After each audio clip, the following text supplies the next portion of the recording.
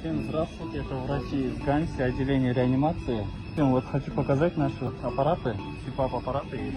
На самом деле, первоначально у нас ничего не было, мы все начали с нуля. Здесь даже кроватики были старые, сейчас новые привезли, мы поменяли.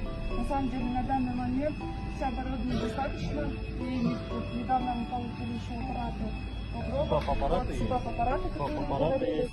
каждому по 2. Больные лежат. Даже у больных, некоторых больных по 2 аппарата, кислородных концентраторов есть. Аппарат Боброва, все есть, даже всем достаточно уже. Есть.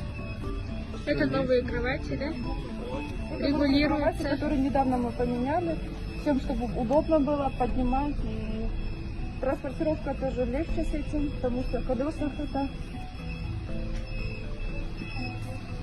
Кислородные концентраторы, есть мониторы во всех. Ну, все.